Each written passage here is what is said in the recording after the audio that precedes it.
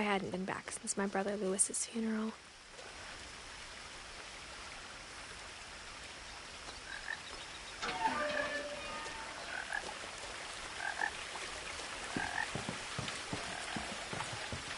In her will, my mother left me a key, but didn't tell me what it unlocked.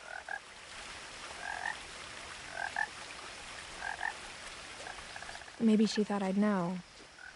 Or she thought that the mystery would be enough to bring me back.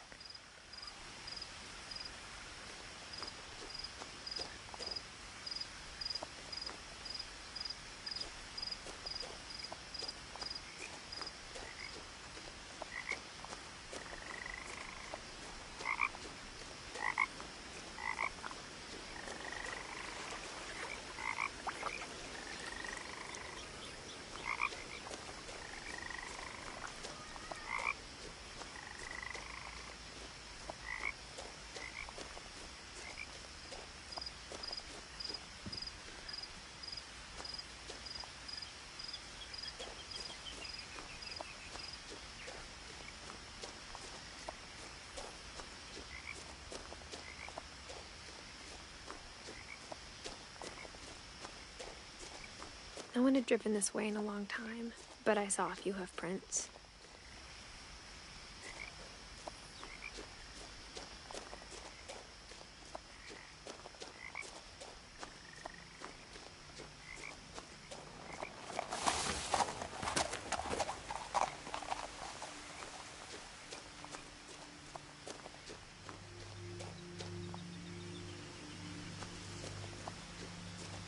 The truth is, even after I inherited the house, I never thought I'd come back to it.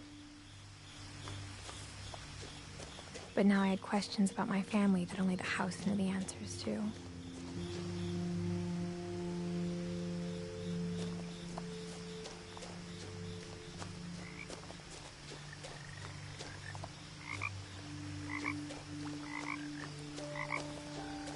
The house was exactly like I remembered it, the way I'd been dreaming about it. As a child, the house made me uncomfortable in a way I couldn't put into words. Now, as a 17-year-old, I knew exactly what those words were. I was afraid of the house.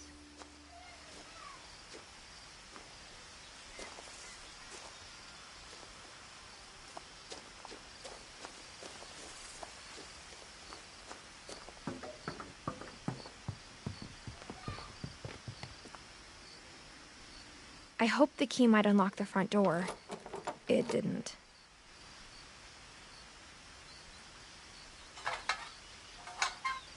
Looking in, I felt like the house itself had been waiting for me.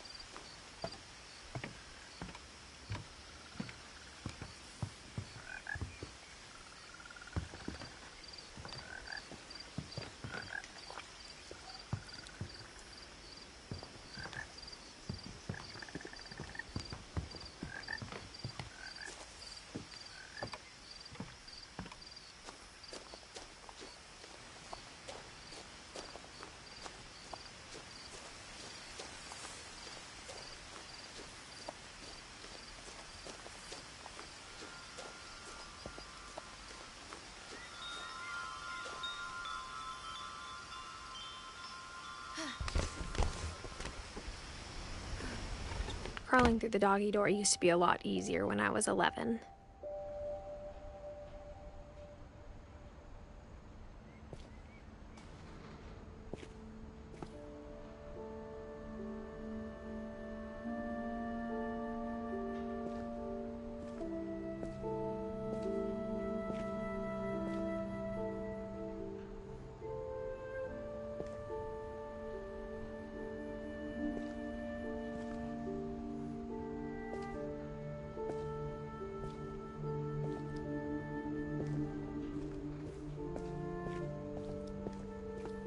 For the first time in years,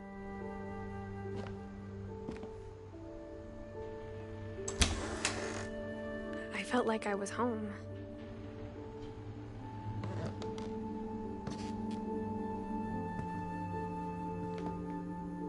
But instead of a family, there were just memories of one.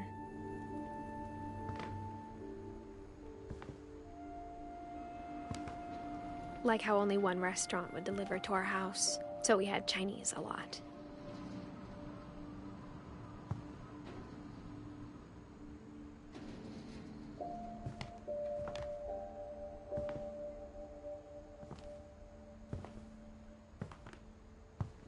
Or how after Louis started working at the cannery, we all got sick of eating salmon. Except our cat, Molly.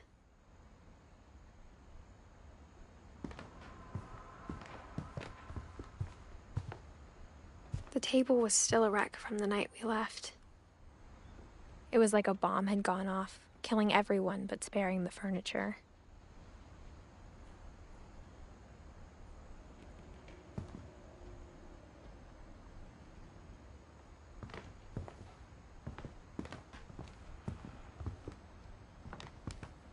My mom was the only one of us who could imagine Great-Grandma Edie living in a nursing home.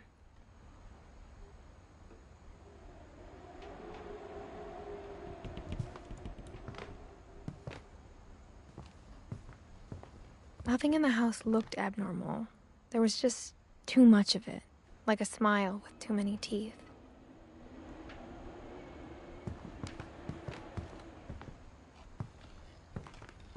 Even the fireplace had a story. Edie told me the bricks came from the original house, after it sank.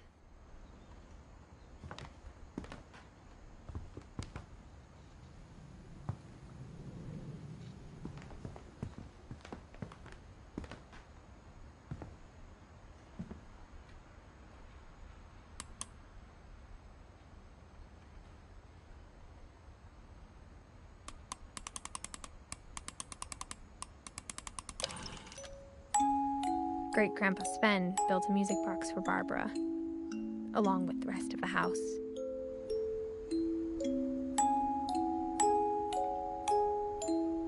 Mom always told me to stay out of the basement, so I wasn't too surprised when the key didn't fit.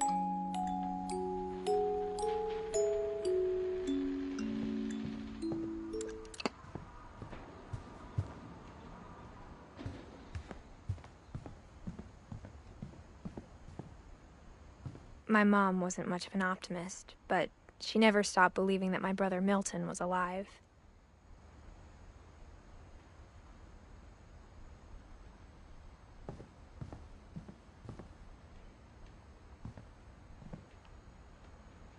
A lot of things got left behind in the whirlwind of that last night.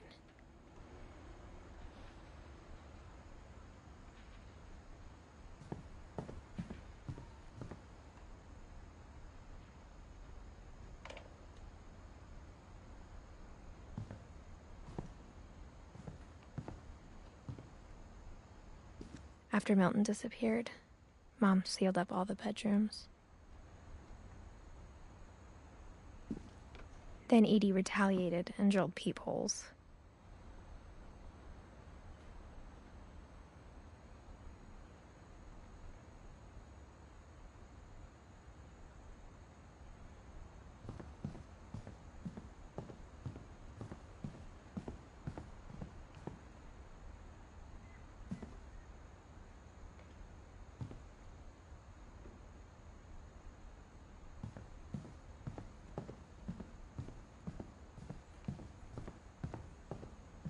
Whenever people ask me about my family, the first thing they always want to know about is Barbara.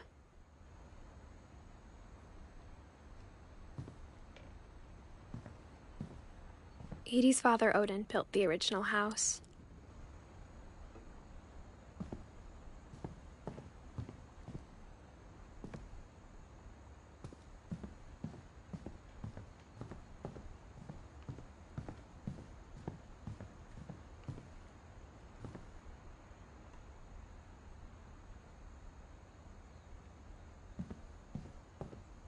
I spent a lot of time playing in Great Uncle Walter's room. I think my mom sometimes regretted not sealing it up.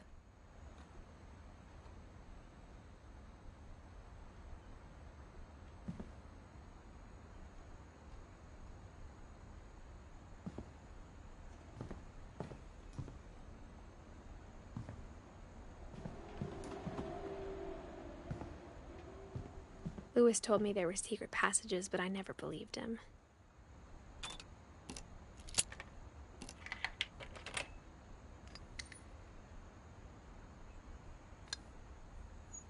Turns out, my mom was really good at keeping secrets. Now it was time to find out what my mom had been afraid of.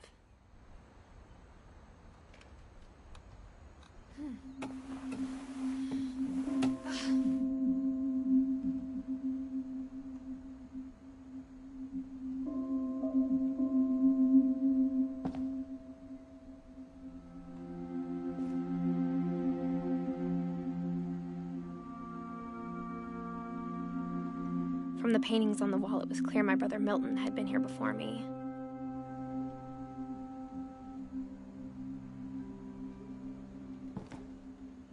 Reading this, maybe it sounds like I had a plan.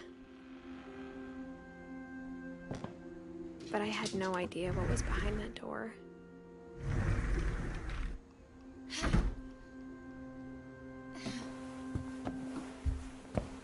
Just like I had no idea where all this was gonna lead.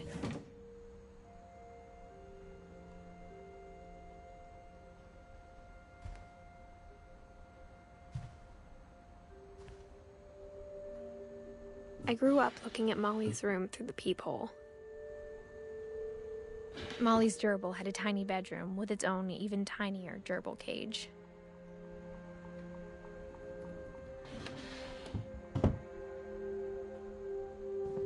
Being inside for the first time, I felt like I'd stepped behind a painting.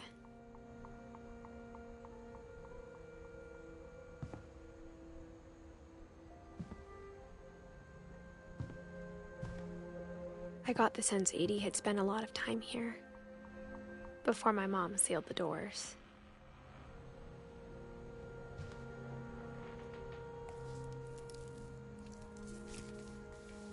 December 13th, 1947. Dear Diary, I'll be gone soon, but I wanted to tell somebody about what's gonna happen. It started when Mom sent me to bed without dinner. I woke up and I was starving, so I looked around for something to eat.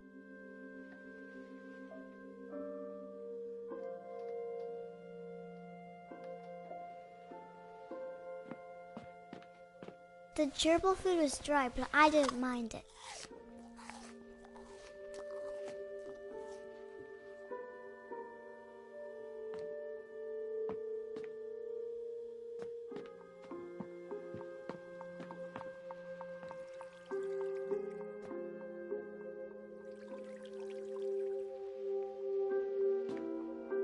I thought about eating Christopher, but I held back.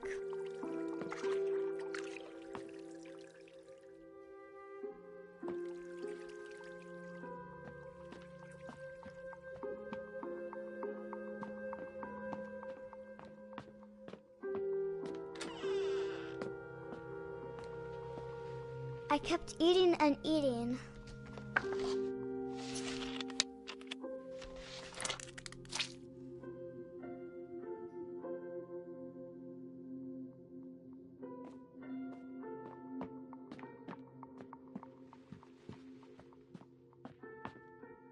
My Halloween candy was all gone.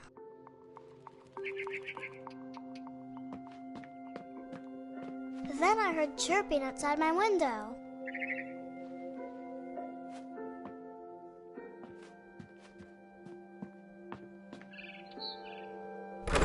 Mom, can I come out now? Sweetheart, it's late. Go to sleep.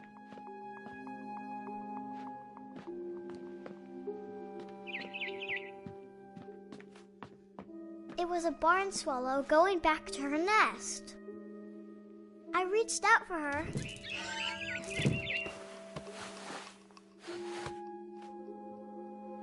And suddenly, was a cat.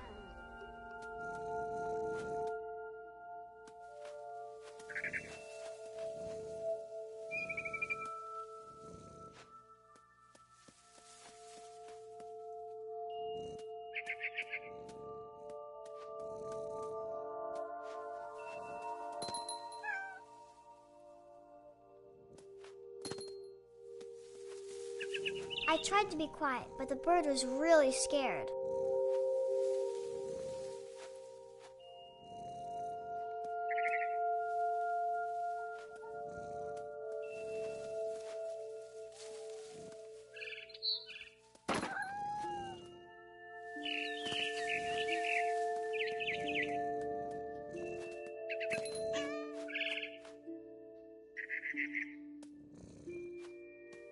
Mom and Dad didn't even look at me.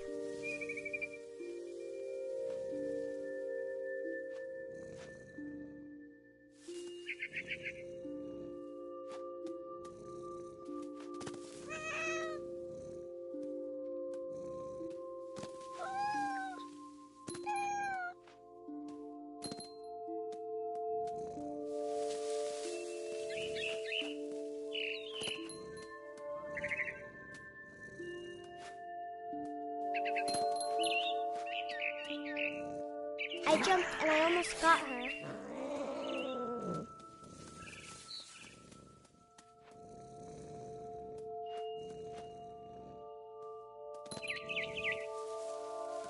I could tell she was getting really tired.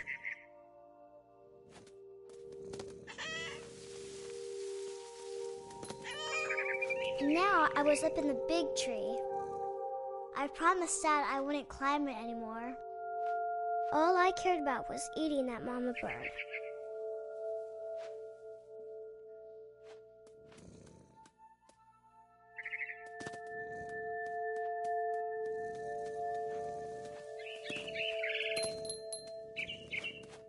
I gobbled her up.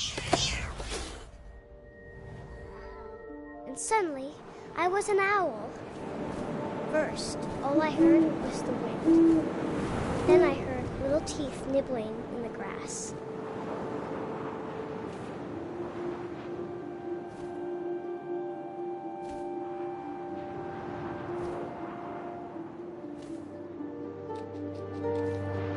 Rabbits.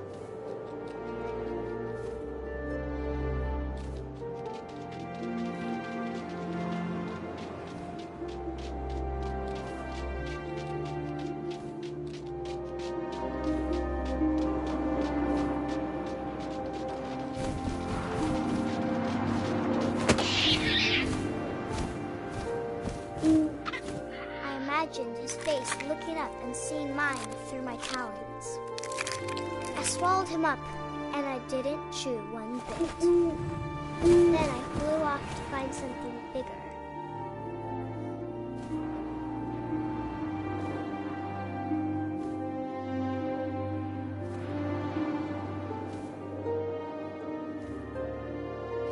A mama rabbit.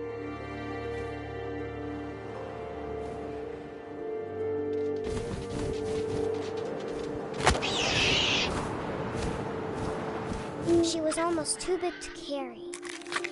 I started choking, but I couldn't stop eating. And suddenly, I was a shark.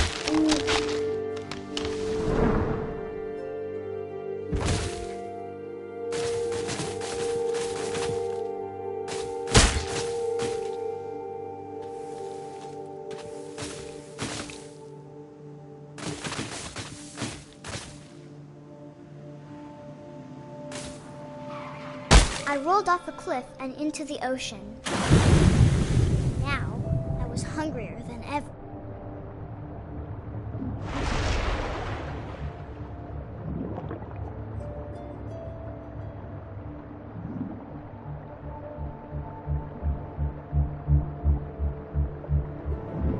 I wanted fat, juicy seals.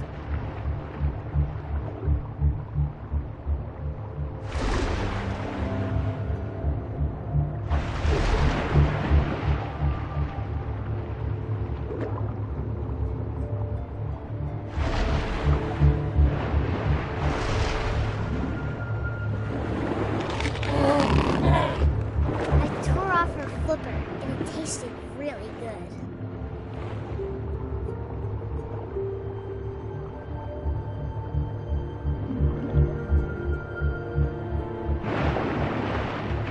I grabbed on tight. When I was so hungry, I jumped out of the water. When I opened my eyes, everything had changed.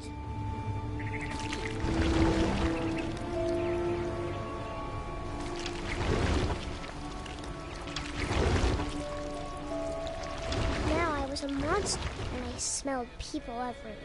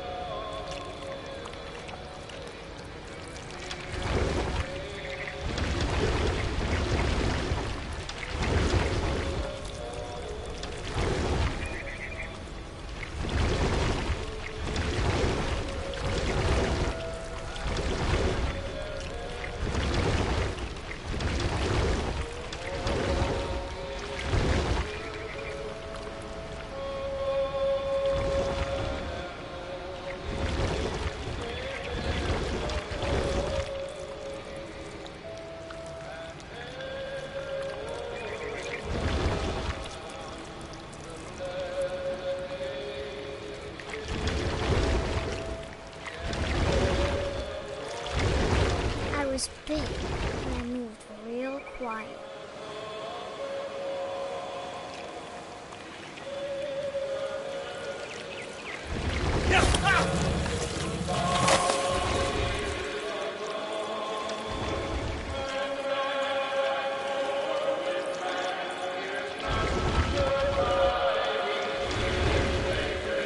I wanted to stop, but also I didn't.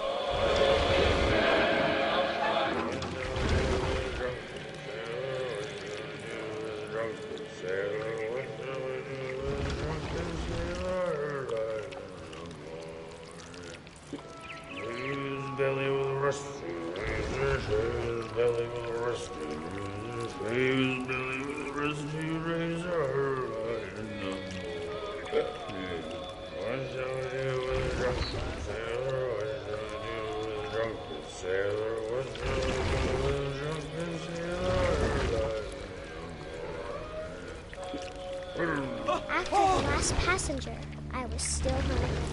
And across the water, I smelled something new. Something I had to have, so I swam towards it.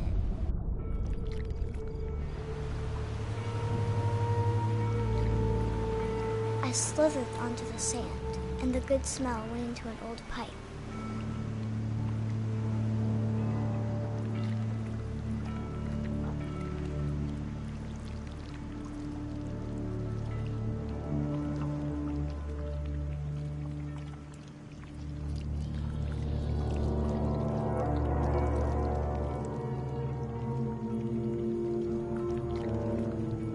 I got closer and closer.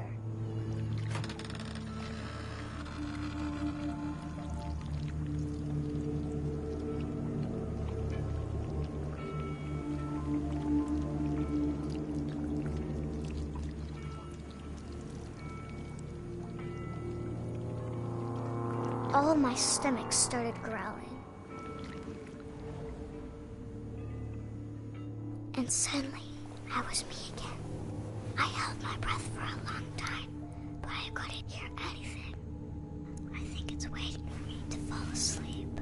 But it's not going to wait much longer. It needs to feed, and we both know I will be delicious.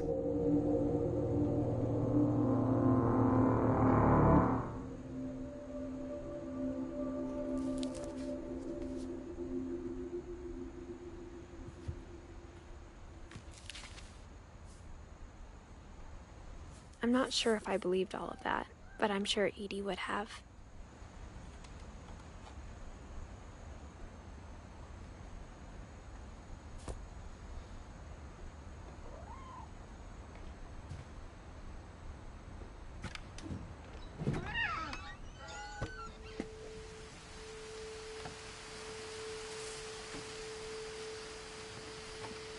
This will be obvious later, but my mom never told me any of these stories. Edie would have, but Mom didn't like bringing up the past. Though, when we adopted a stray kitten, she was the one who named it Molly.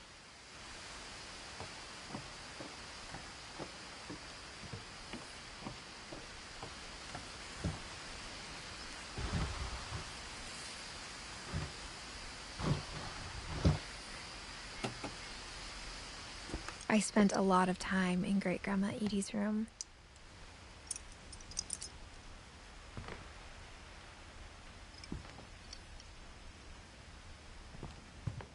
Her room was like a museum. For 500 years, the Finches have been famous throughout Norway for their fortune and misfortune.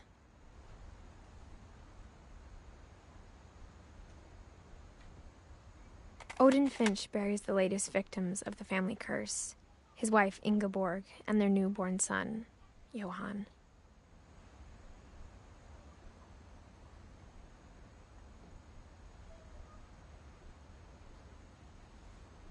On January 7th, 1937, he set sail with his family and his house, hoping to leave the coast. But 40-foot waves off the coast of Washington send the house and Odin to the bottom of the sea.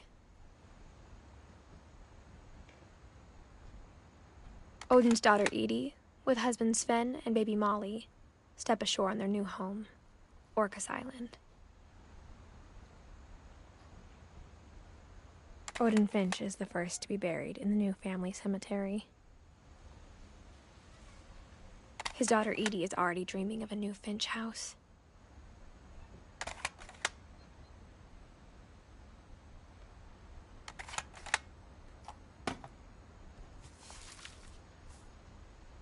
Whatever's wrong with this family, it goes back a long ways.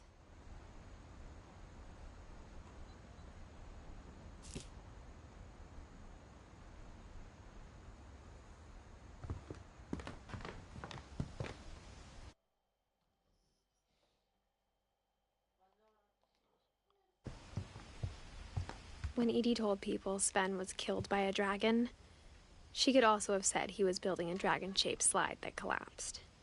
She could have, but she didn't.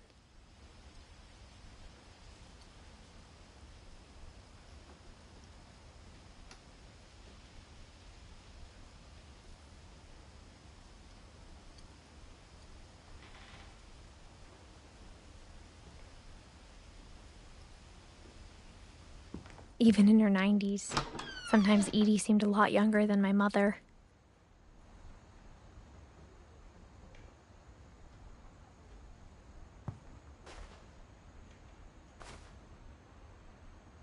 The only trace Grandpa Sam's first wife, Kay, left on the house was the pink bathroom.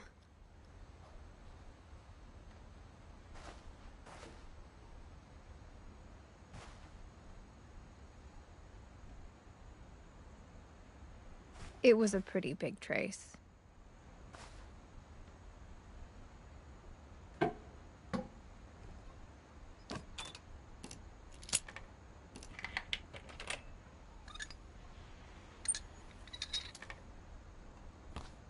There's a secret in this bathroom.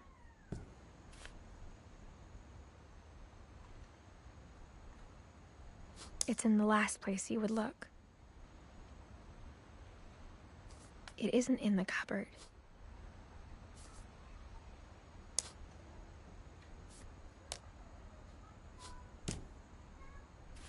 It's hidden in this book.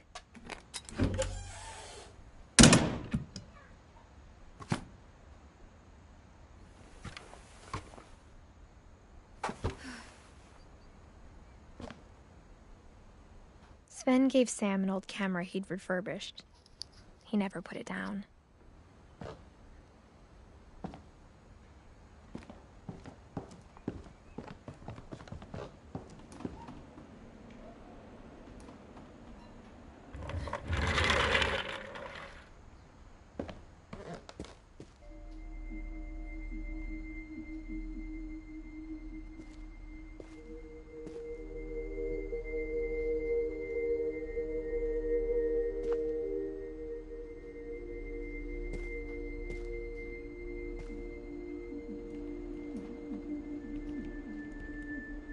I knew Grandpa Sam had a twin.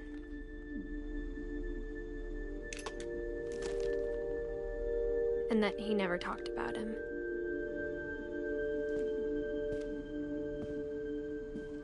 I guess my grandpa didn't like history any more than my mom did.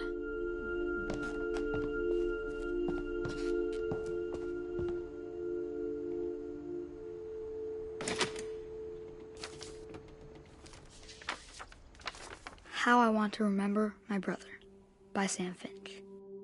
The thing I remember is that when he made up his mind, that was it.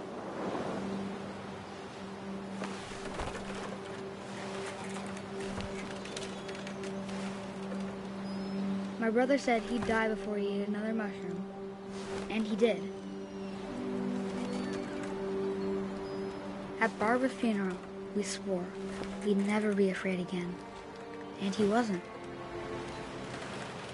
I think Calvin always wanted to fly.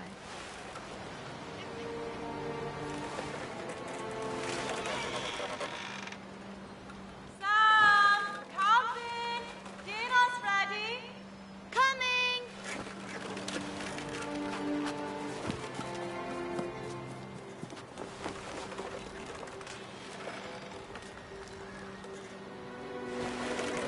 But that day, he finally made up his mind to do it.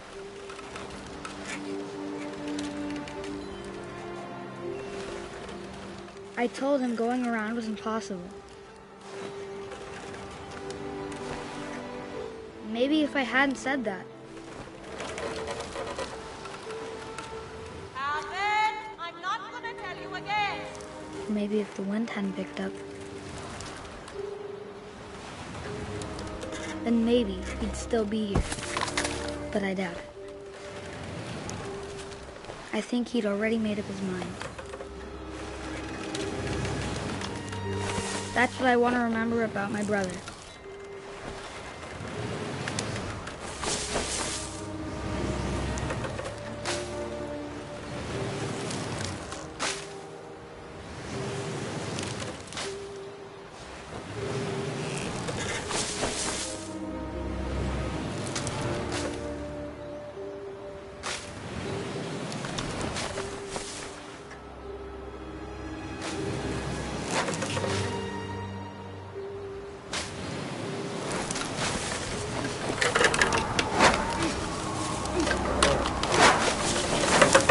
The day he made up his mind to fly.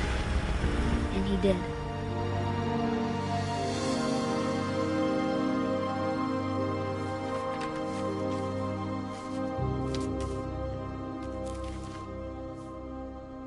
Calvin's story felt strangely familiar.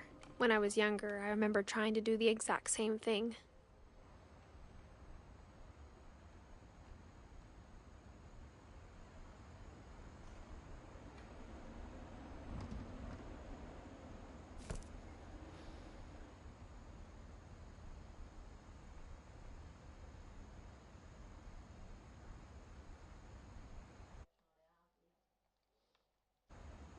After the funeral, Edie roped off Calvin's half of the room.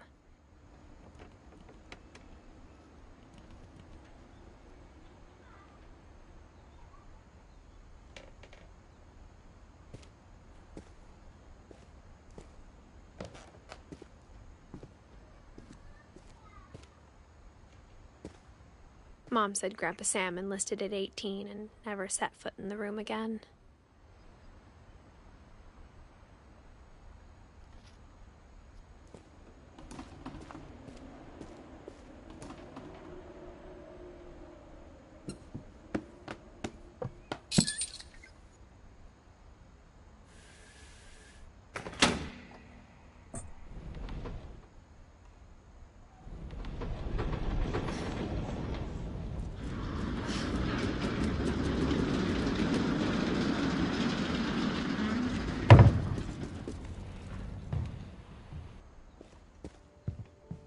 The passages were a pretty tight fit. They'd obviously been built for smaller hands and bellies.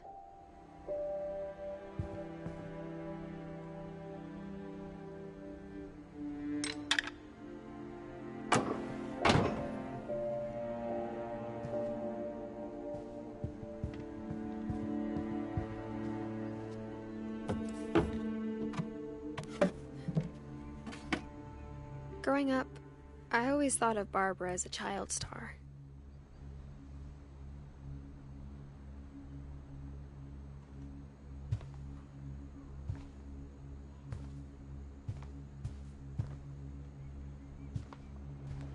I never thought about how hard it must have been for her afterwards.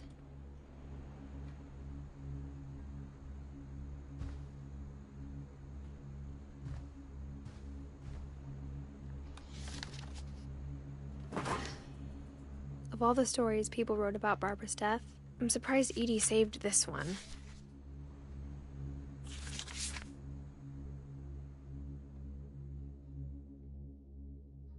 Old Jack here with another ghastly tale inspired by America's most unfortunate family. I'm calling it The Surprise Ending of Barbara Finch. As a child star, Barbara was famous for her scream. Now at 16, she was all washed up. A has-been. But in a lucky break, she'd been asked to perform her signature scream at a local convention for monster movie fans. It was just the boost her career needed. Unfortunately, her scream hadn't aged well. Getting better. I think you just need the right motivation. Her biggest fan and current boyfriend, Rick, was about to demonstrate when... Now that was a great scream. It was Barbara's father, Sven. He'd slipped into a table saw and had to be rushed to the emergency room. So Barbara got stuck babysitting her youngest brother, Walter. Her convention comeback was cancelled. Okay, I'm hearing frustration, but I'm not hearing terror. What if I tried... A gang of hoodlums in Halloween masks have been terrorizing Orcas Island tonight. Police are urging residents to... That came from the basement. You're right! Also, I loved your delivery on that. Why is your basement door locked? Because my dad likes making puzzles and secret passages. There's a key hidden in the music box. The secret is to keep winding and winding until finally the key pops out. Thanks, babe. I'll be back in a sec. 20 minutes later, Rick hadn't returned. So Barbara went to look for him, right on cue. She reached for the music box.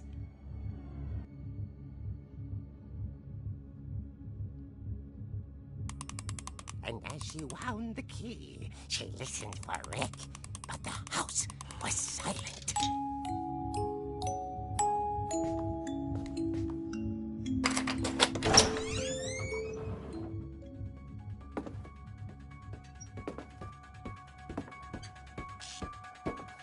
She found Rick's crutch and imagined the worst.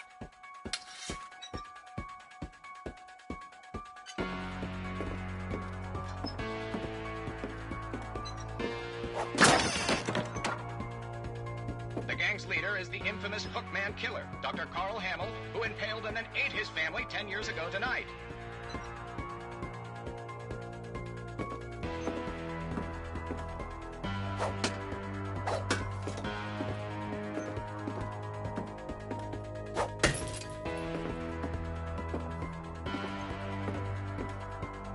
The old fridge rattled and grew still.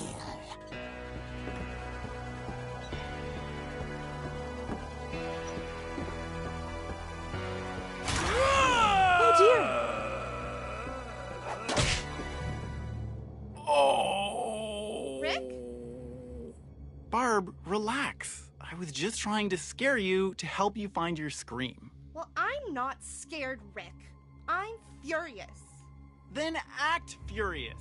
All I'm getting from you now is that you're hurt and confused and you're... She threw him out, but she kept a little something to remember him by. Barb, have you seen my other crutch?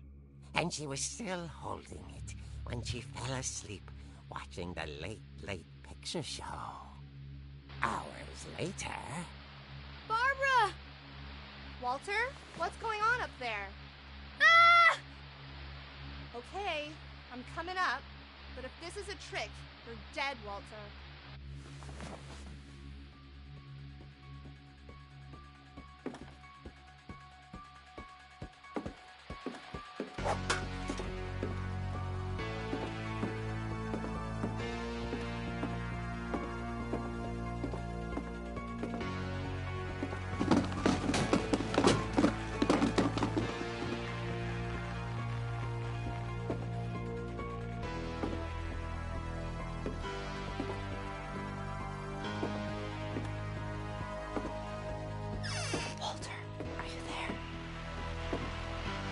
Walter had vanished, but his bedside radio was still on. Orcas Island police describe the man as 6 feet tall, with a steel hook for a hand.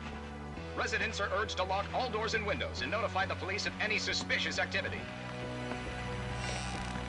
Barbara turned, saw the hook man, and was speechless. He was quite smashing. And behind he was. He couldn't get enough of Barbara. Okay, Barbara, there's gotta be another way out of here.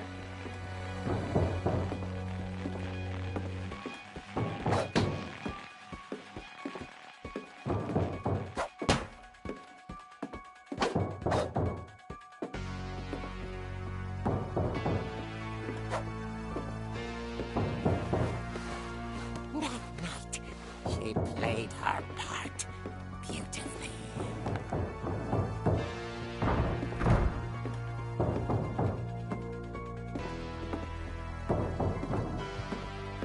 Molly's door hadn't been opened in years.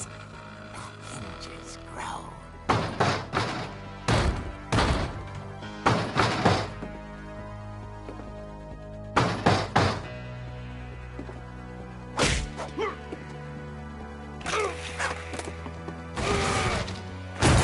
He wasn't moving, but she sensed the story might not be over yet.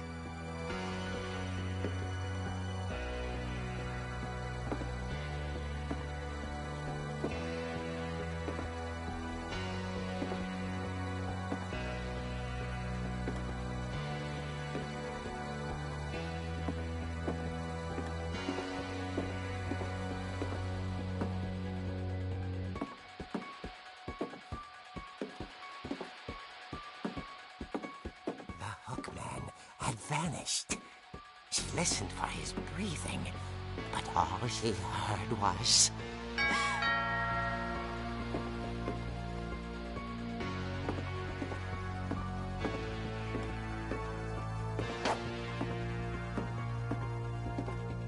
Someone at the door was dying to speak to young Barbara. At the door, she heard whispering. It was coming from inside the house.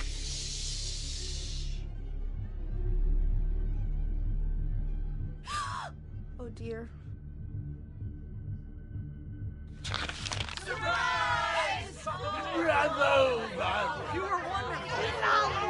The monsters had come to surprise her. For Barbara, it was a dream come true. Then she saw what kind of monsters they were, and she realized what was about to happen. She was going to be famous. And with her final breath, Barbara Finch gave the performance of her life.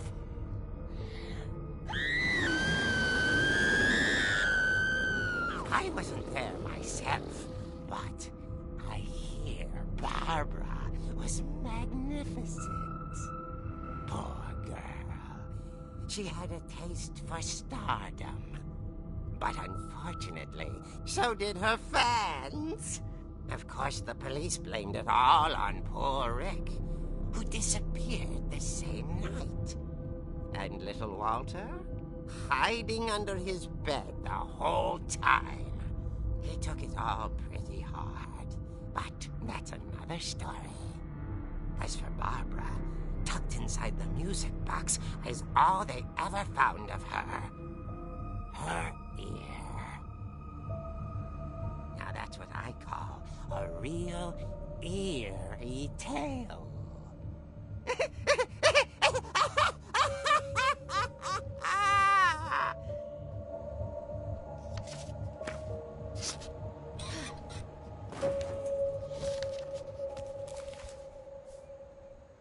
Edie told me all Barbara wanted was to be remembered, as absurd as that comic was.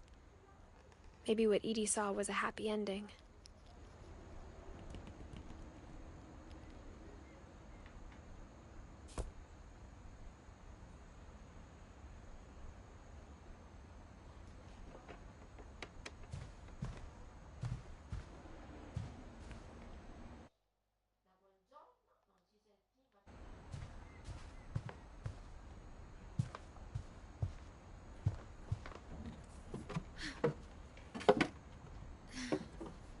I guess now I know why Mom didn't like me playing with the music box.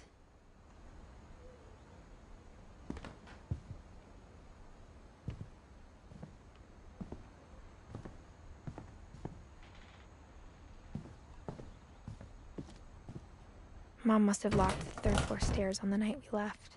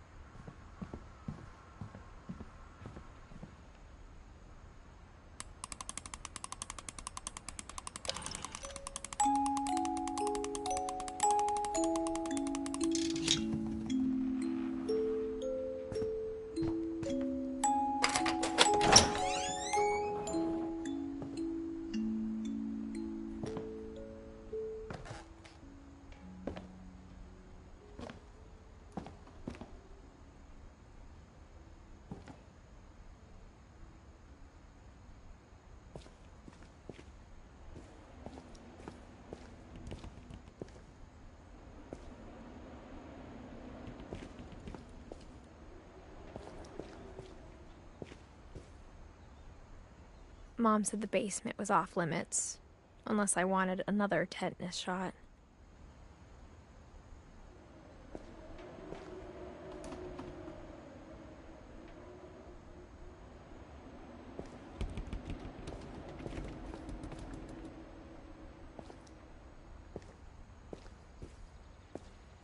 I saw Edie sneak down to the basement once, carrying packages.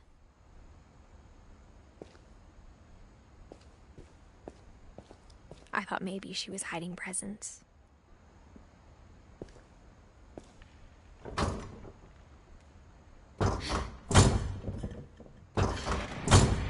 It turned out she was hiding a lot more than that.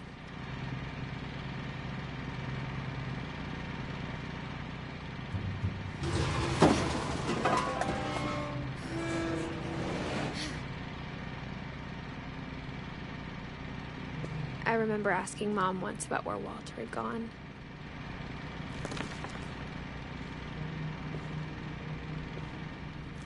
She said after Barbara died, he got as far away as he could.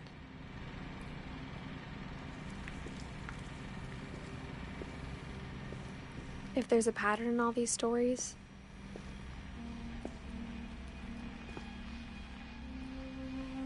I think it's that none of us has gotten very far.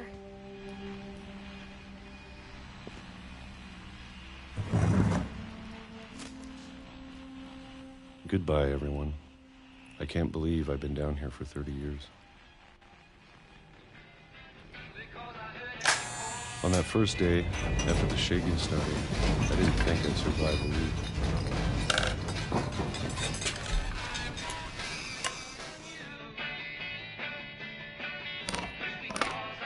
But after a few days, I settled into a routine.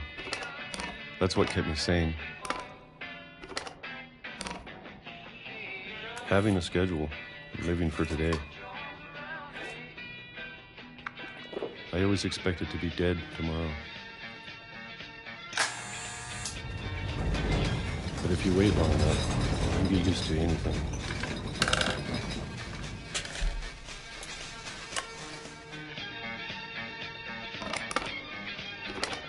Even a monster on the other side of the door starts to feel normal. Almost friendly.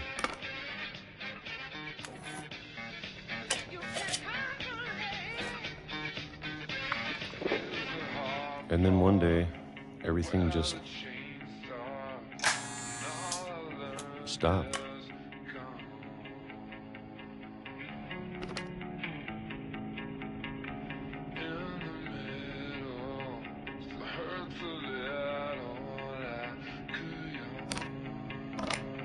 Whatever that thing was, it was gone.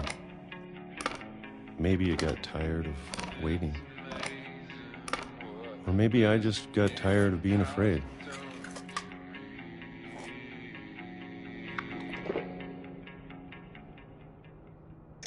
It's been a week now, the longest in 30 years. I'm done waiting. I have to leave while I still can.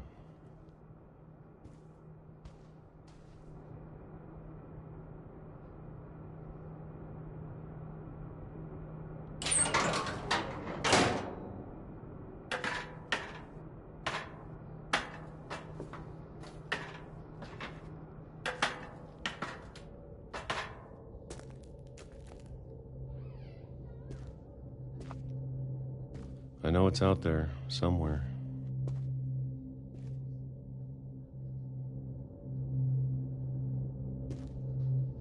Whatever killed Barbara.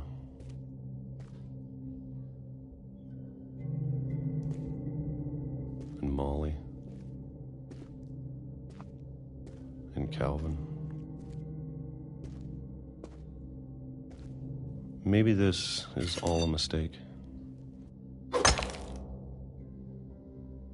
But I need to stop living the same day, even if it kills me.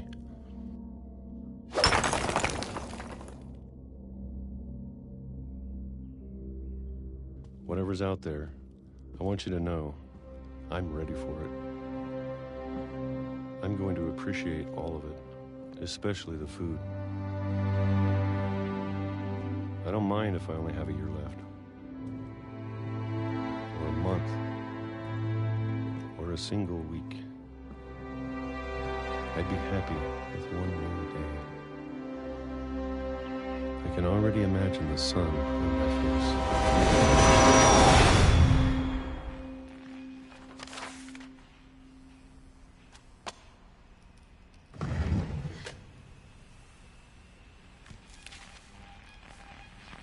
Walter died when I was 6. I can't believe my mom never told me he was down here.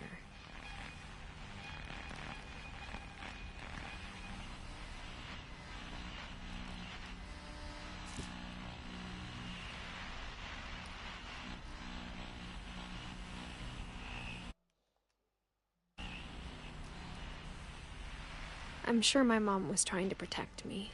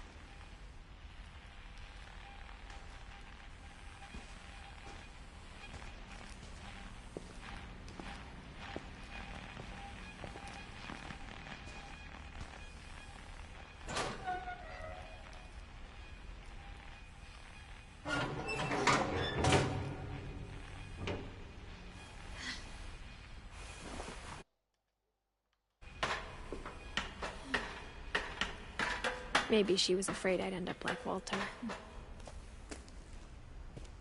But if she never told me about an uncle under the house, I can only imagine what else she was hiding.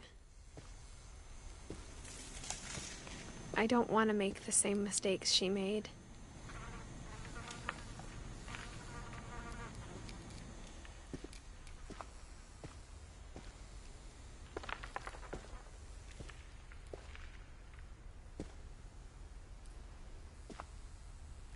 Trying to bury something that's still alive. Now that there's only one of us left, or maybe two,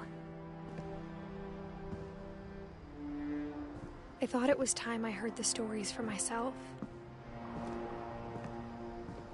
and found out what happened to everyone else. But now I'm worried the stories themselves might be the problem. Maybe we believed so much in a family curse, we made it real.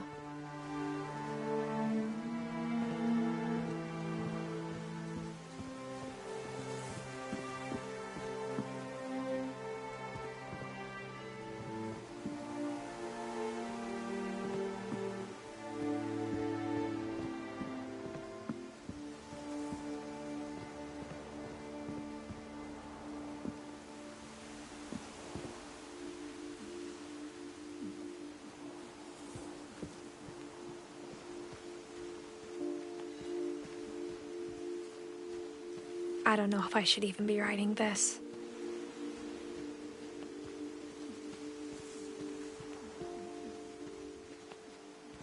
Maybe it'd be better if all this just died with me.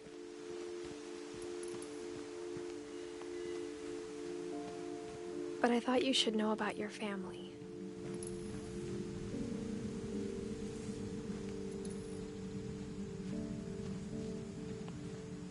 And the history you're a part of.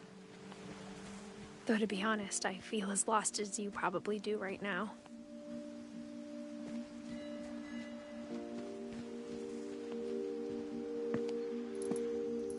I think the people in these stories believed them, for what that's worth.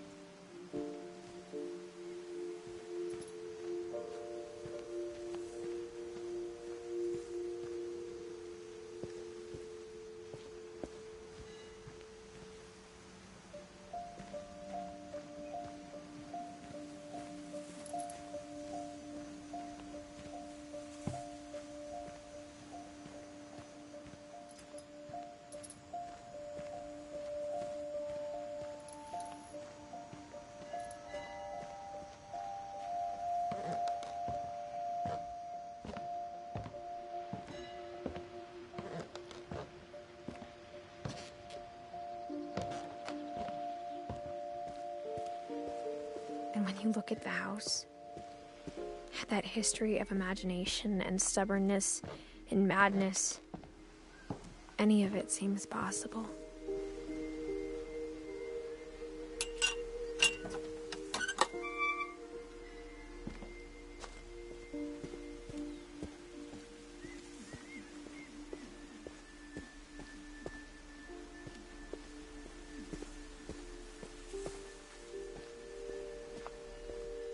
I think we've been surrounded by death for so long, we've just gotten used to it. What kind of family finishes building a cemetery before starting the house?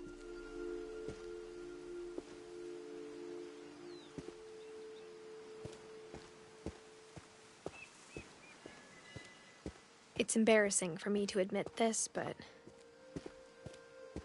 the pet cemetery made me more uncomfortable than the human one. 3 of the gerbils were mine, and 2 had been my fault. Sven built the house, but it was Edith who designed the cemetery.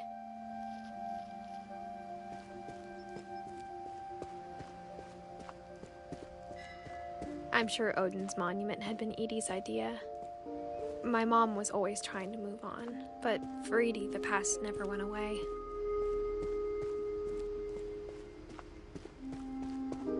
She could see it poking out of the water at low tide.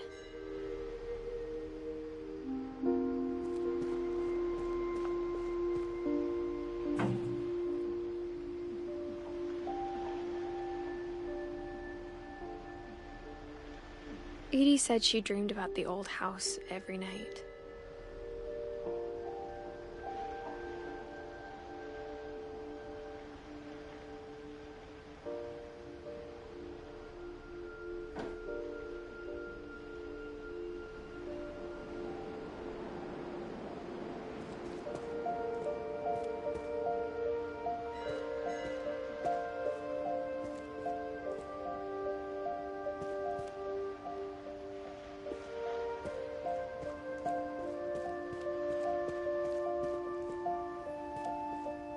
Edie's side was always easier for me to understand.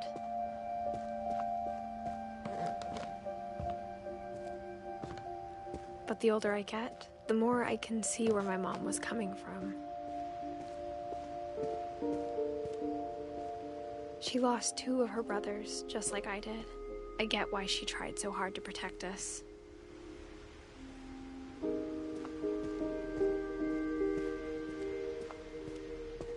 There's so many things I wish I could ask my mom now. Part of me thinks this is what she wanted all along. For me to come back someday and find everything out for myself.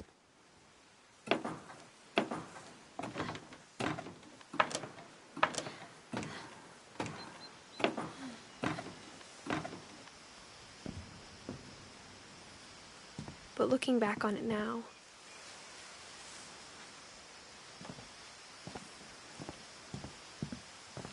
if she told me there was going to be so much climbing, I never would have come when I was 22 weeks pregnant.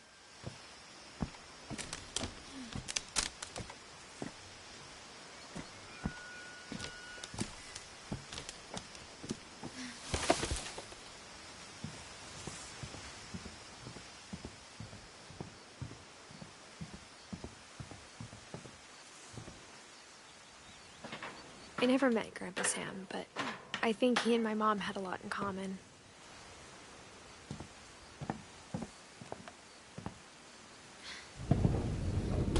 They were both pretty intense.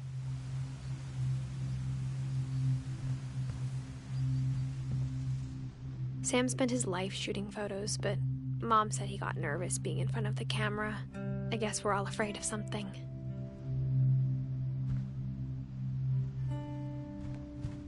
Instead of hiding from death, Sam seemed to go out of his way to meet it.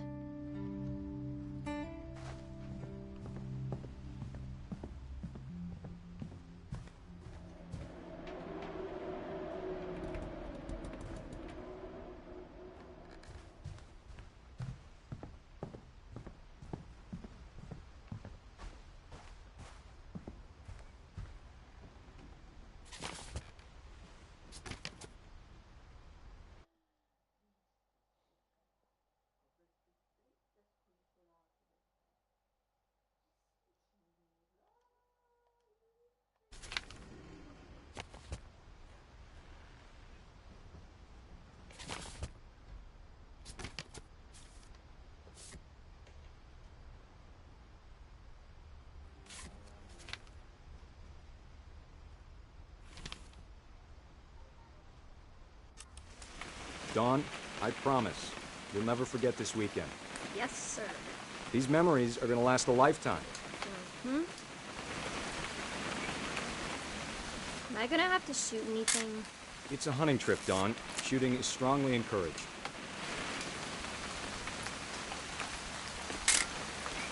Shouldn't we be leaving? Just want to get a shot of you, Dawn, then we can take off. Not quite. What? Perfect. It's gonna rain the whole weekend, isn't it?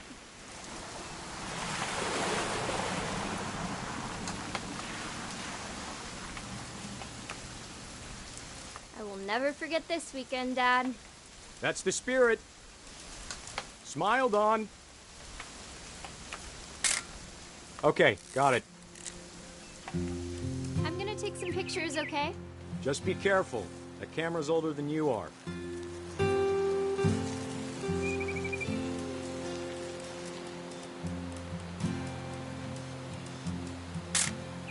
Aw.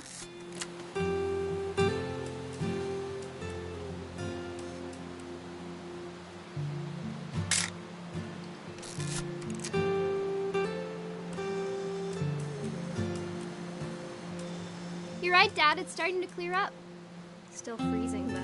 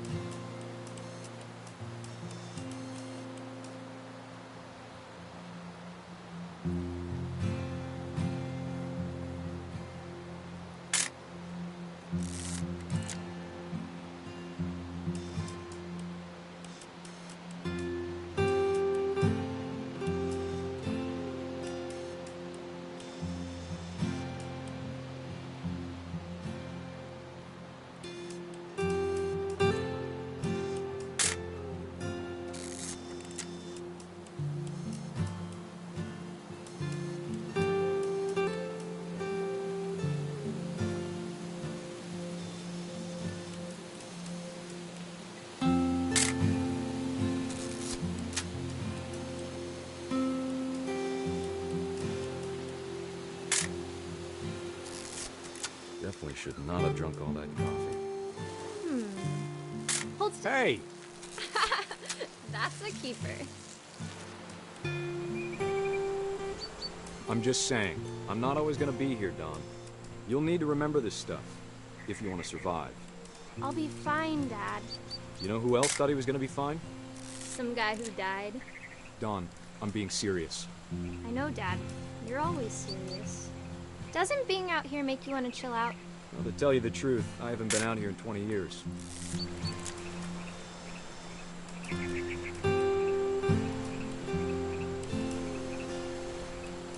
Dad! Good eyes, Dawn.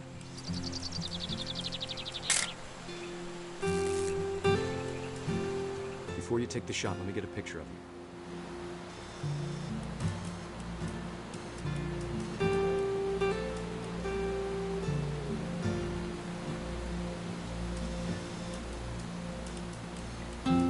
Dad, I... Just breathe. Turn off your imagination. Focus on you. Let me get behind you. Do I have to do this? Dawn, you don't have to do anything. But if you want to survive, you'll need to be strong.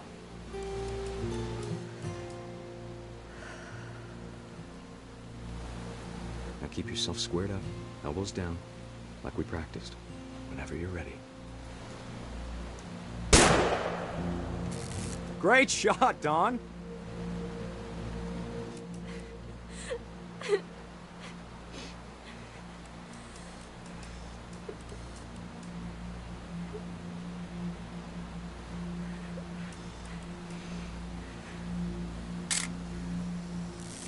I'm proud of you, Dawn.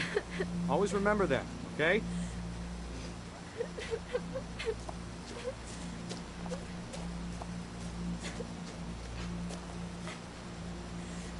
Sorry, Dawn. Just gotta reset the timer.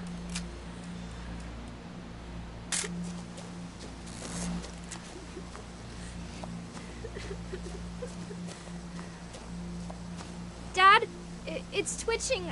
I think That's it's totally so... normal, Dawn. Just focus on the camera. Try not to think about... Dad!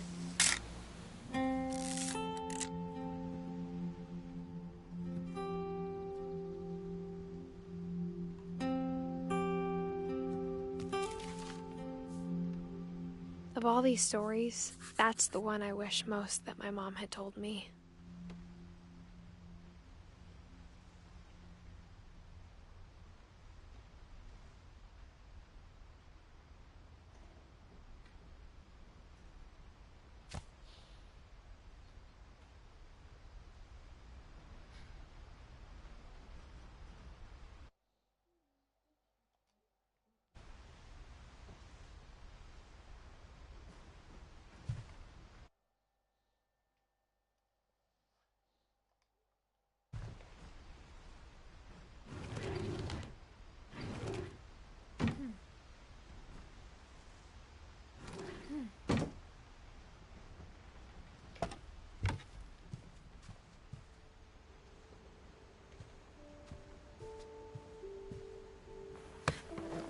After Sam died, my mom and Edie got really close. They'd both lost a lot.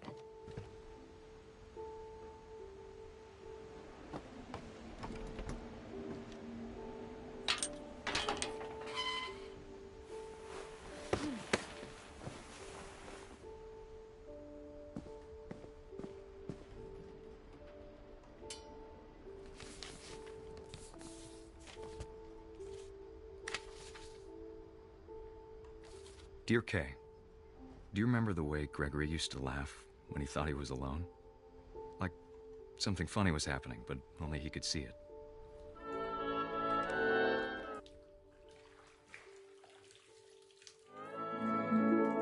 I think he saw things the rest of us don't.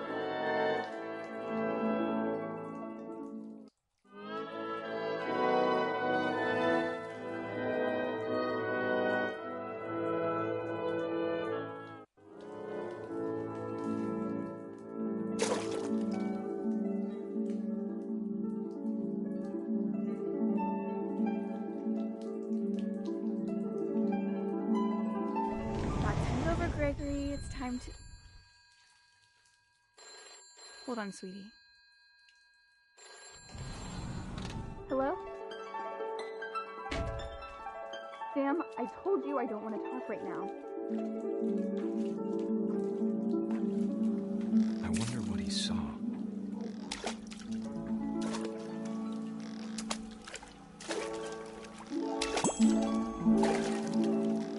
What his world was like.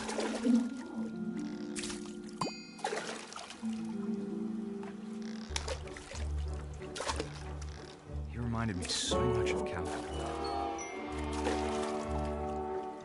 Lost in his imagination.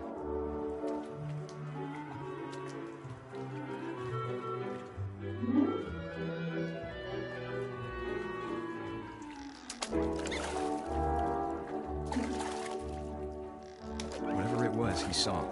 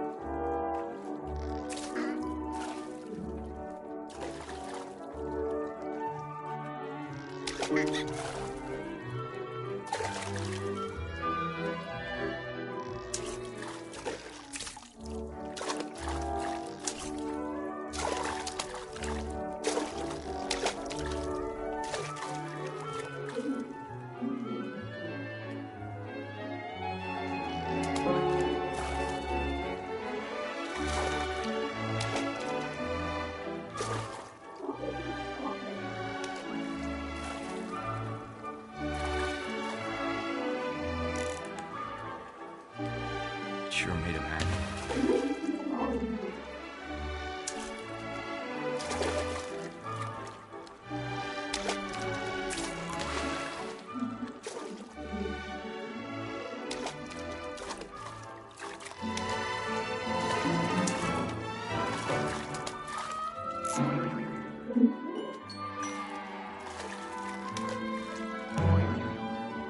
I know how silly it sounds.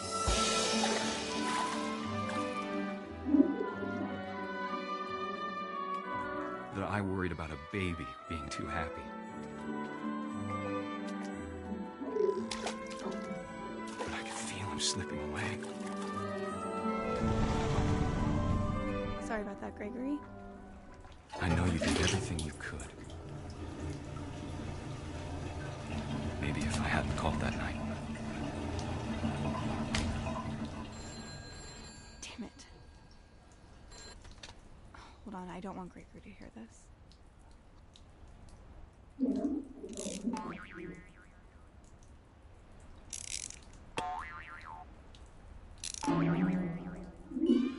I wish he could have told me. about the world he saw.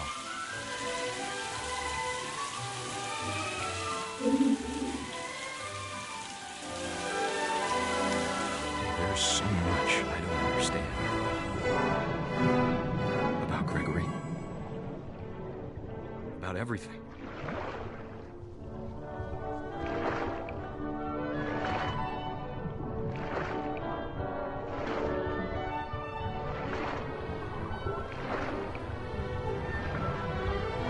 I know what happened wasn't your fault.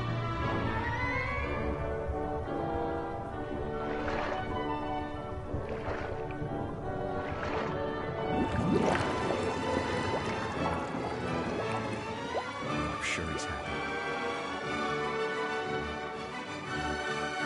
And he'd want you to be happy too. Good luck, Kay. Love, Sam.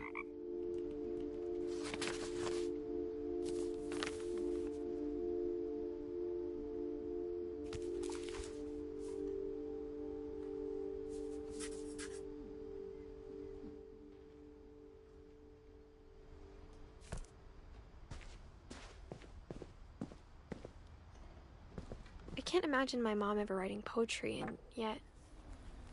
A poem for Gus, who always said the wedding was a bad idea. Our father never hit us kids, at least not very hard, before the day my brother said with teenage disregard that he'd be dead before he'd see a wedding in our yard.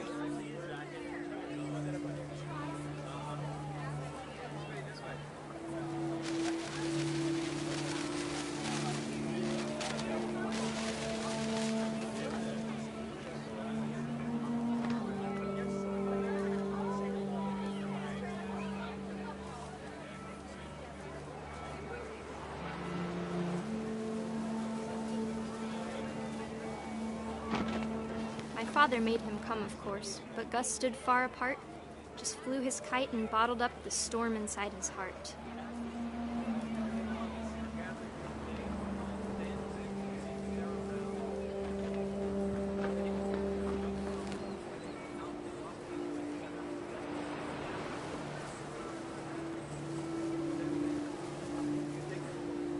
I tried to talk him out of it, but though he'd never met her, "We don't need a stepmom," were the words that I now pronounce you husband and wife. You may kiss the bride.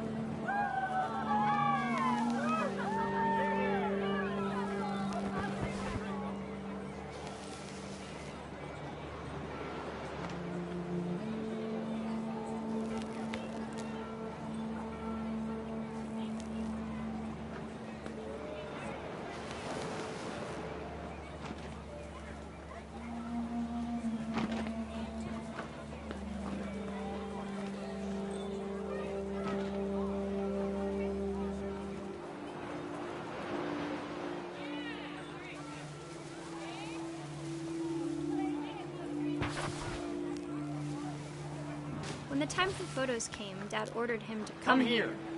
But Gus declined, and as a sign held up his middle finger.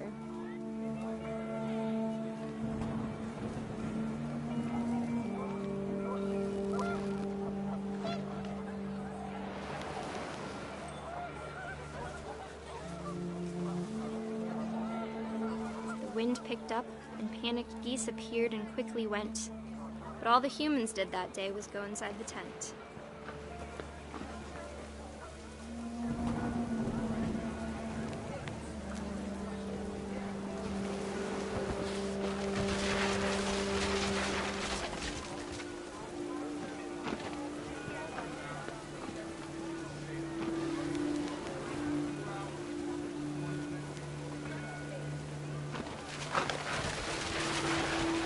The rain came down in buckets then, but no one seemed afraid that nature might destroy the tent our dad had crudely made.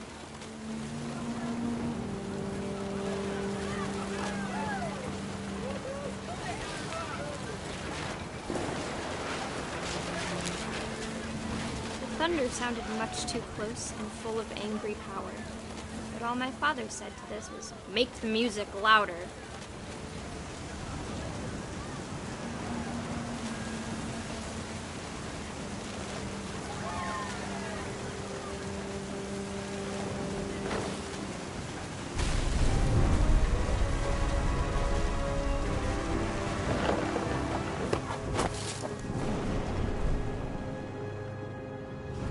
I wish that I could truly say I thought about you on that day.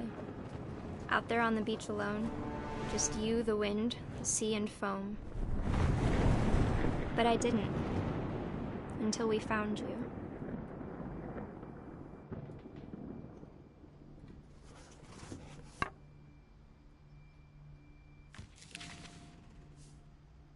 She never talked about him, but Mom told me once if I was a boy, they were going to name me Gus.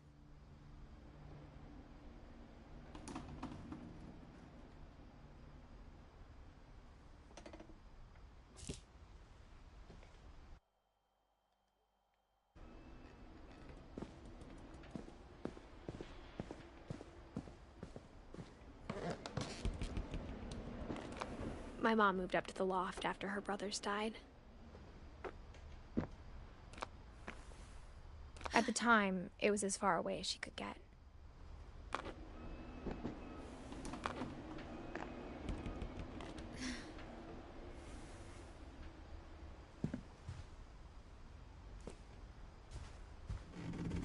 She spent a summer building houses in Calcutta, where she met my dad, Sanjay.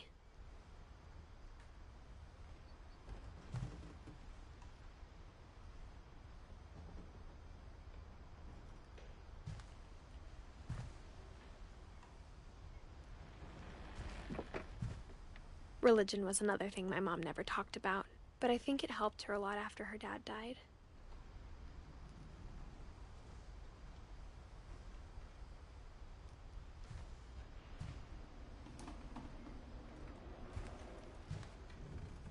My mom moved to India a week after graduation and got a job teaching English.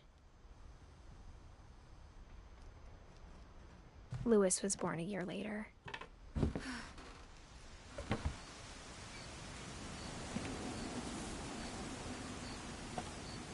When my dad died, I don't think Mom knew where else to go. I'm sure Edie was happy to have her back. The house had to get a little bigger, but Edie was used to that.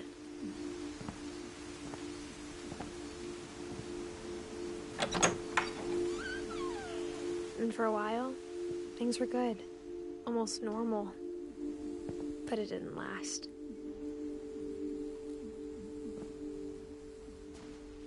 The beginning of the end was Milton's 10th birthday, when Edie gave him a castle.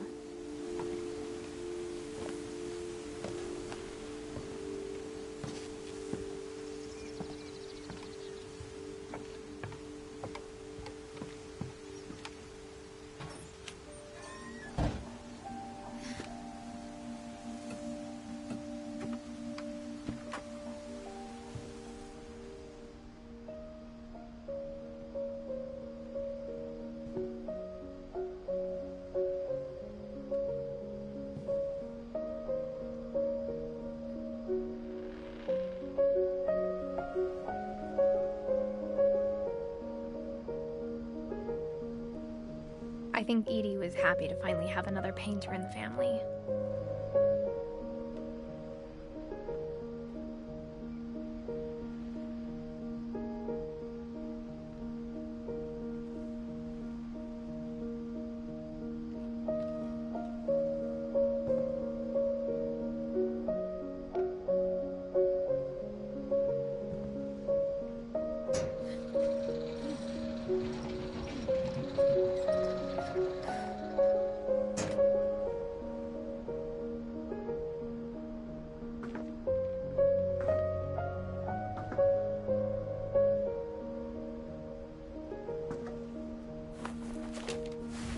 Milton Finch in The Magic Paintbrush.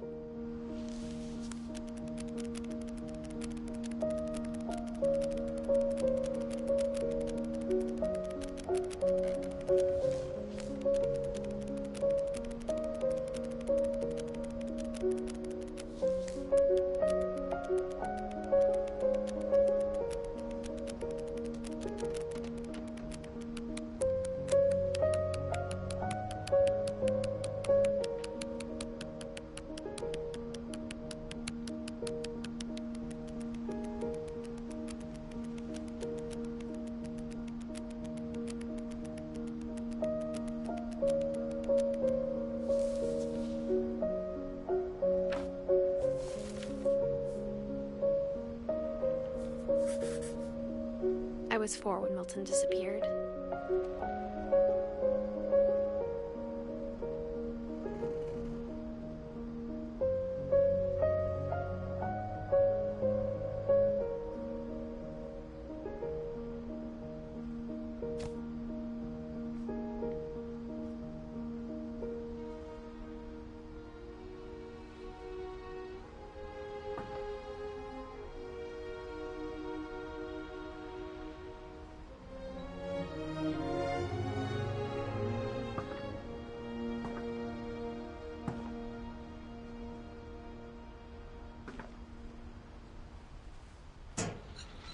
Mom spent months searching for my brother. Then she sealed the doors.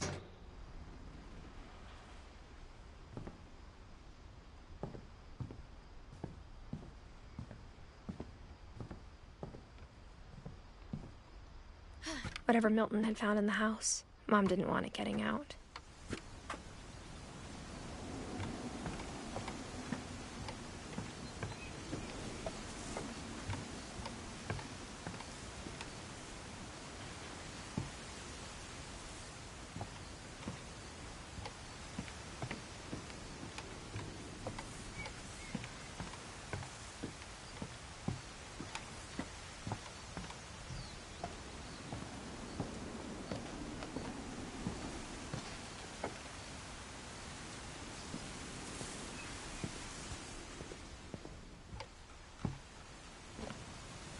Mom definitely blamed Edie, but I think Louis blamed himself. After he graduated, he just spent more and more time in his room, until Mom got him a job at the cannery.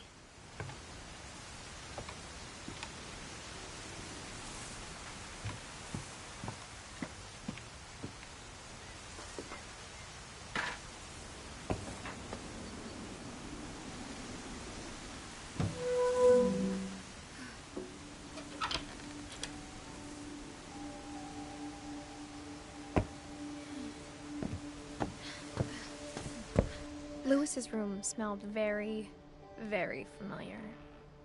That part of him lived on.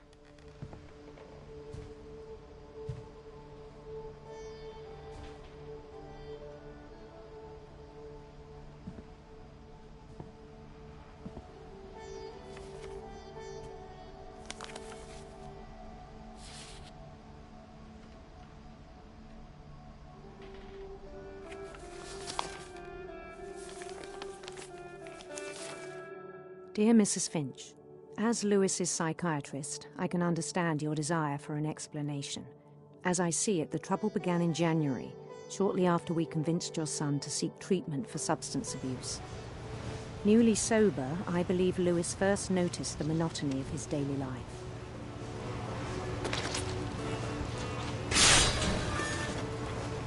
He kept working at the cannery,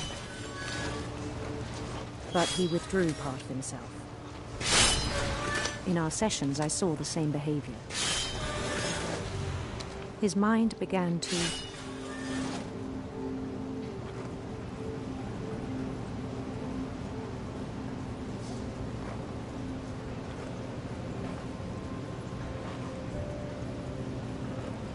wander.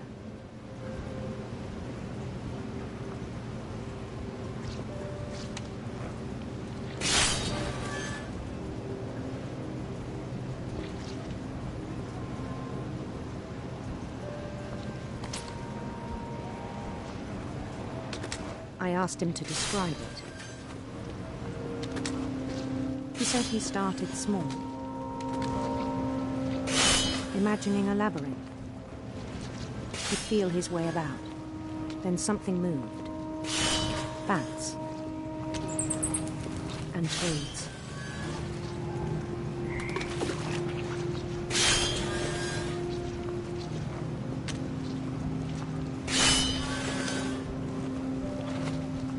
And things that have not names.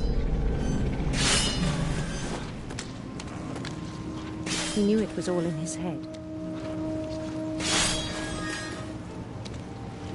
But he took it very seriously. I had hoped he'd find himself.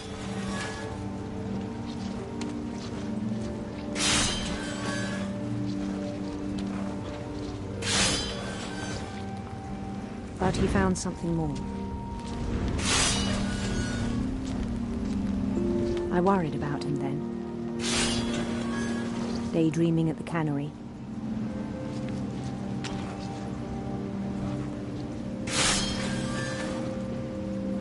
I spoke with his boss. But he said Lewis had become a model employee. Methodical, tireless, focused.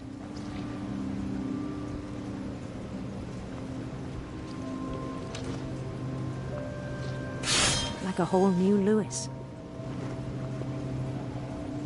So I let him go on.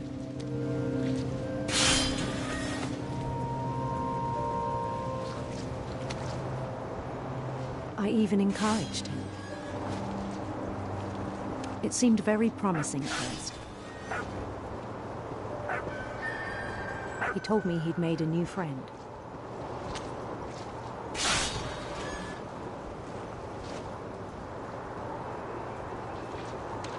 On the edge of a city he named Lewis Topia.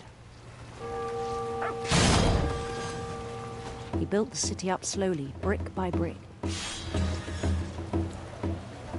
Then he made musicians.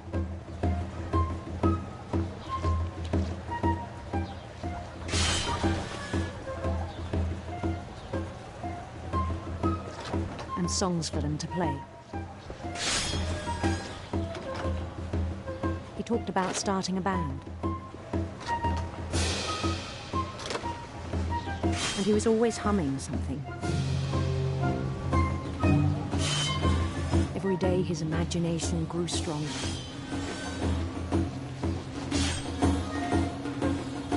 He no longer spoke at the cannery.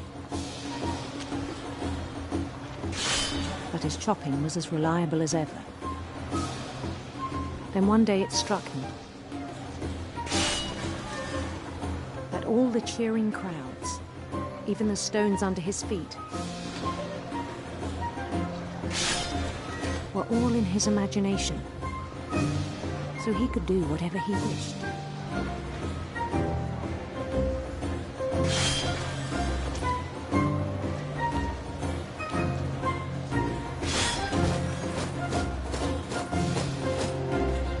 He held an election for mayor. And he won.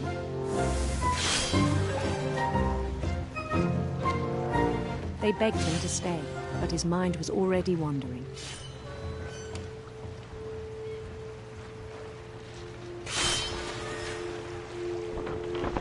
It became a game for him.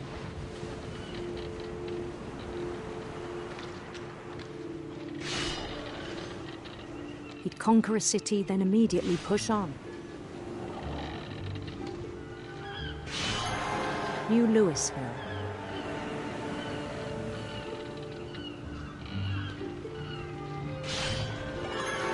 St. Louis. He started drifting away from our reality.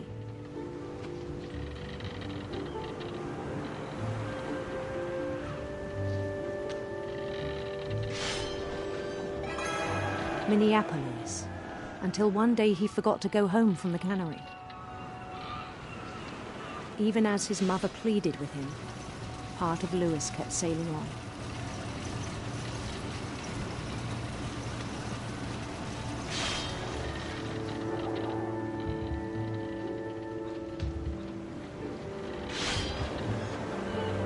In Lewisburg, he heard rumors of a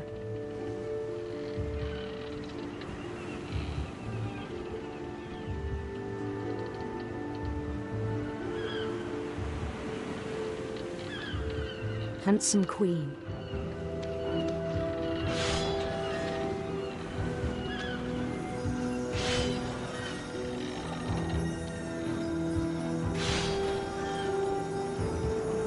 The queen was on her own quest for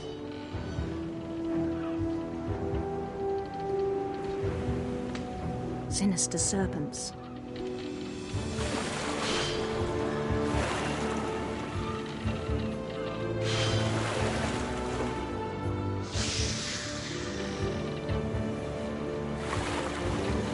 He followed the sound of her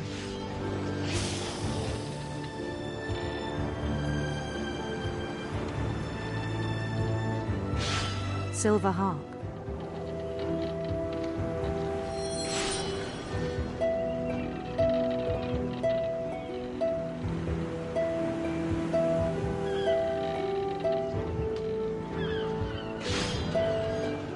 His chase led him to a golden palace east of the sun and west of the moon. Even then, his logic remained sound.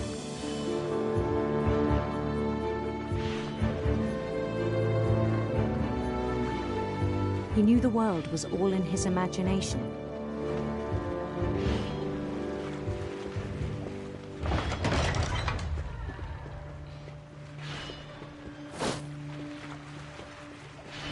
But he was so proud of having created it. In his own eyes, he'd become something greater than a king.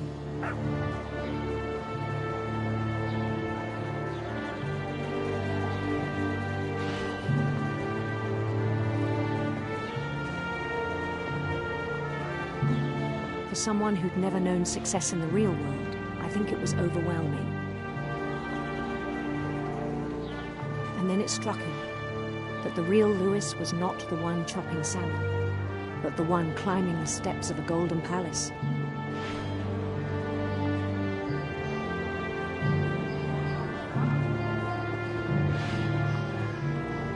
My imagination is as real as my body, he told me. It was hard to argue with him.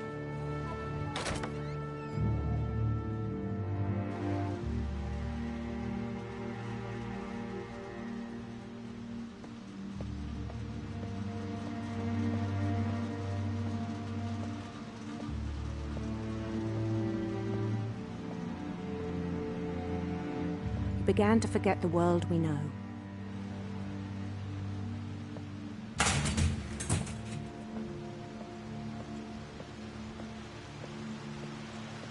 I think it pained him to remember Lewis, the cannery worker.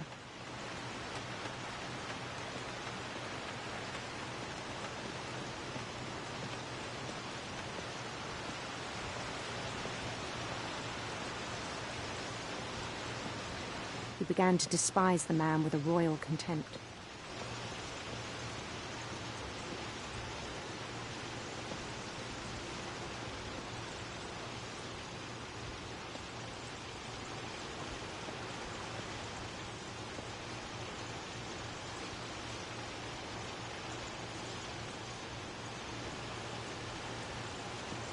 I still thought I could save him. Even after he said he was being crowned king over all the lands of wonder.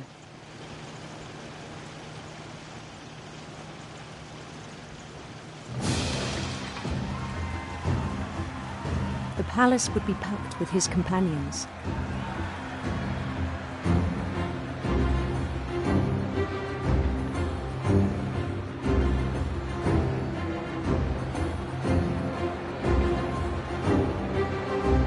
Including the wise Calico who'd insisted on advising him.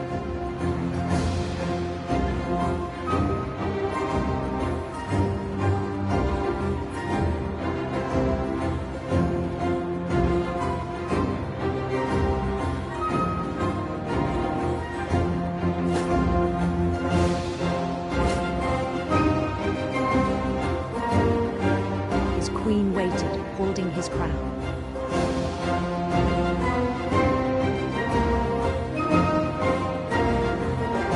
There was only one thing left to do.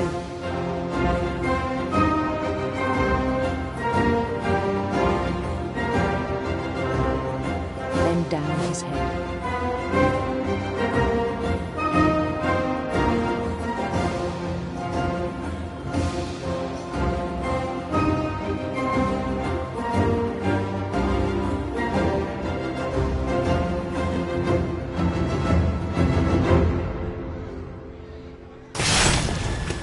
I think you know. Mrs. Finch, your son was a kind man who will be missed by all of us who knew him.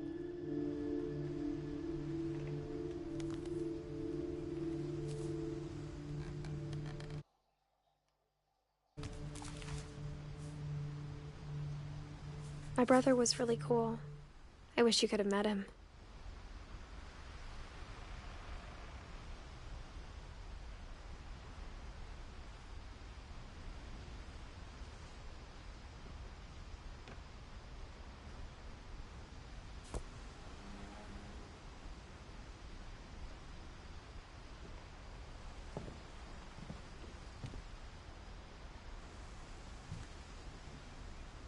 Lewis and I spent a lot of time playing games together, but he was surprisingly bad at them.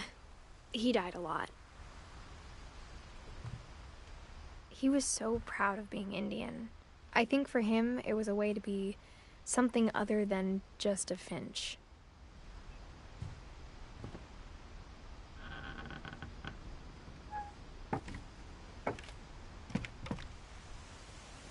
On the way back from Lewis's funeral, my mom told me to start packing. She waited until the day before we left to tell Edie. I'm not sure if she wanted to make it easier or harder.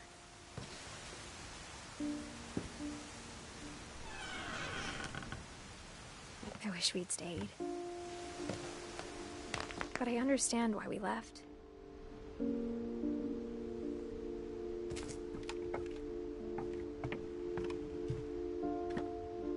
My mom ended up leaving everything behind.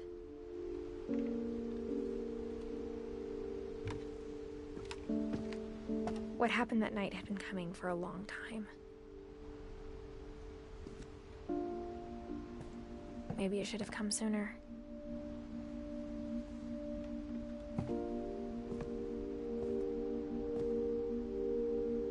But it had to end one way or another. All that's left now is to tell you about that last night.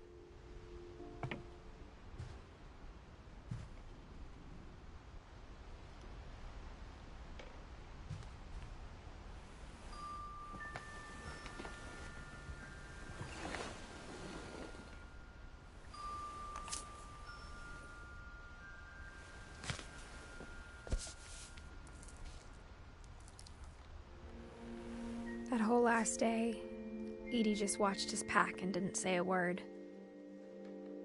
Until supper, when she raised her glass and said, "To our final night together, and all our final nights apart." Grandma, you know what I said about alcohol. Some of your medications are very Edith, specific. I left a present for you in the hallway. Why don't you go open it? The grown-ups have to argue now. I'm sorry, you're right. We're all leaving tomorrow. Let's just enjoy our last... I'm not leaving. Edith, you're excused.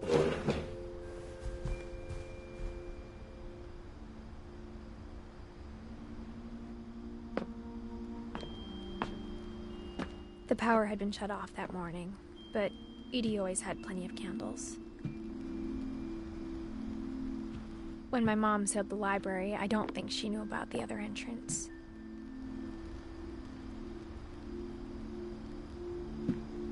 Or that Edie had a key to it.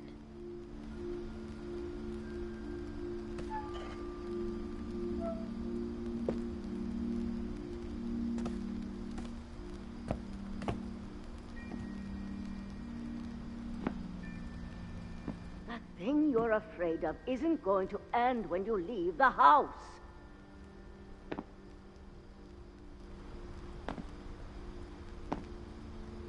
Edith has a right to know these stories.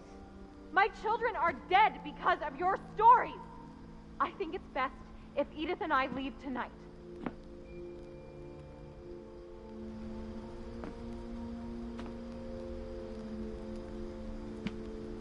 We'll have the nursing home send a van for you in the morning, okay?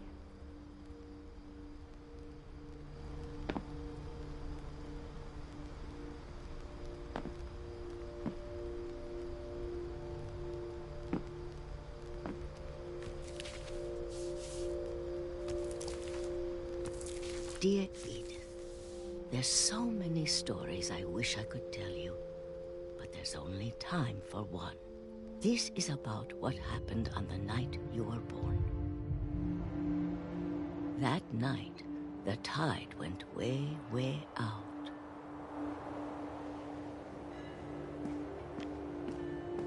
It was the first and last time I ever saw the old house aground.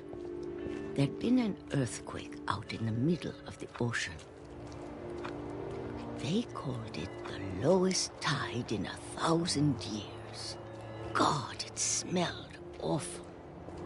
No, I've seen that house every day of my life.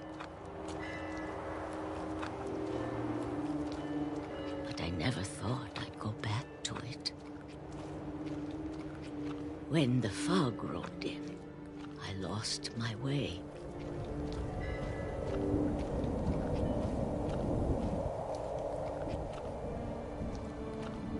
I got turned around.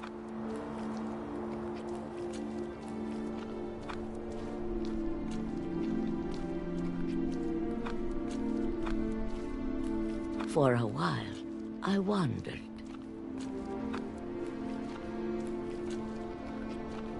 I started seeing things.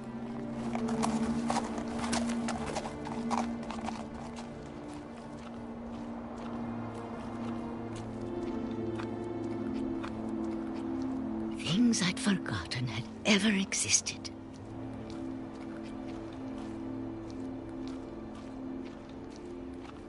But when I saw them, they felt like old friends.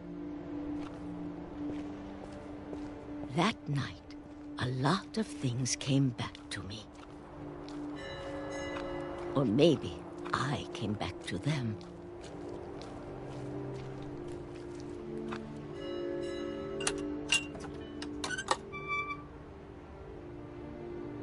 Things I can't explain, but that I need you to try and... Edith, what are you doing in here?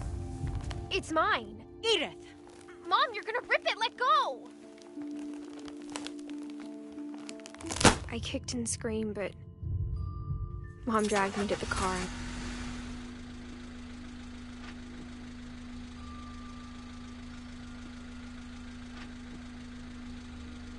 I never saw Great-Grandma Edie again. The next morning, the van came to pick her up, but she was already gone. After that, we moved around a lot.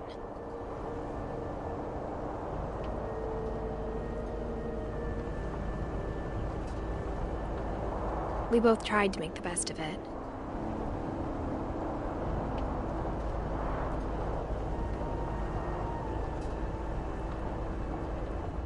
A few years went by.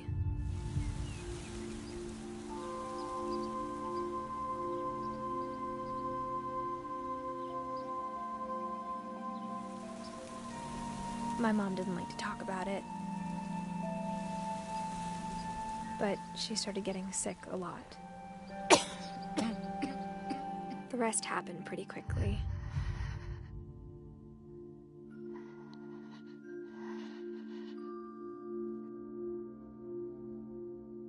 She got better for a while, and then she didn't.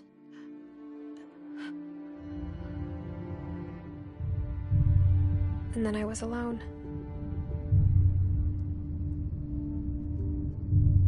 The last Finch left alive.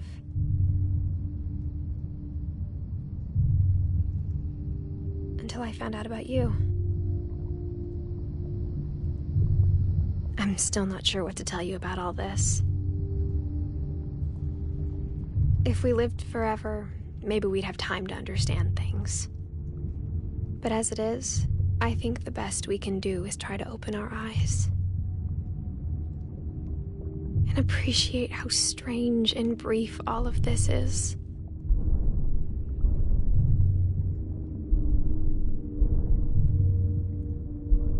This journal was supposed to be for you. But now I hope you'll never see it. I just want to meet you. And tell you all these stories myself. But I guess if you're reading this now, things didn't work out that way.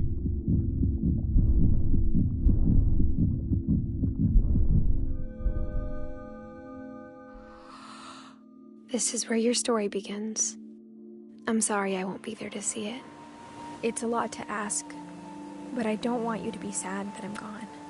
I want you to be amazed that any of us ever had a chance to be here at all. Good luck.